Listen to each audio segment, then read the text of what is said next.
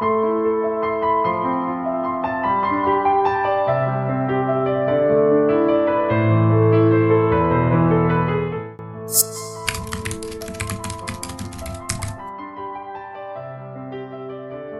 আলাইকুম, আমি উৎপল কুমার কর্মকার, chairman জিএফজিজি foundation.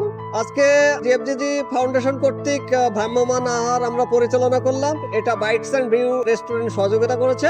আমরা আজকে প্রোগ্রামটা শুরু করেছিলাম আলুপট্টি থেকে শুরু করে সিএনবির মোড় হয়ে লক্ষ্মীপুর মোড় হয়ে একেবারে রহমানা হোটেলের সামনে এসে আমরা প্রোগ্রামটা শেষ করলাম।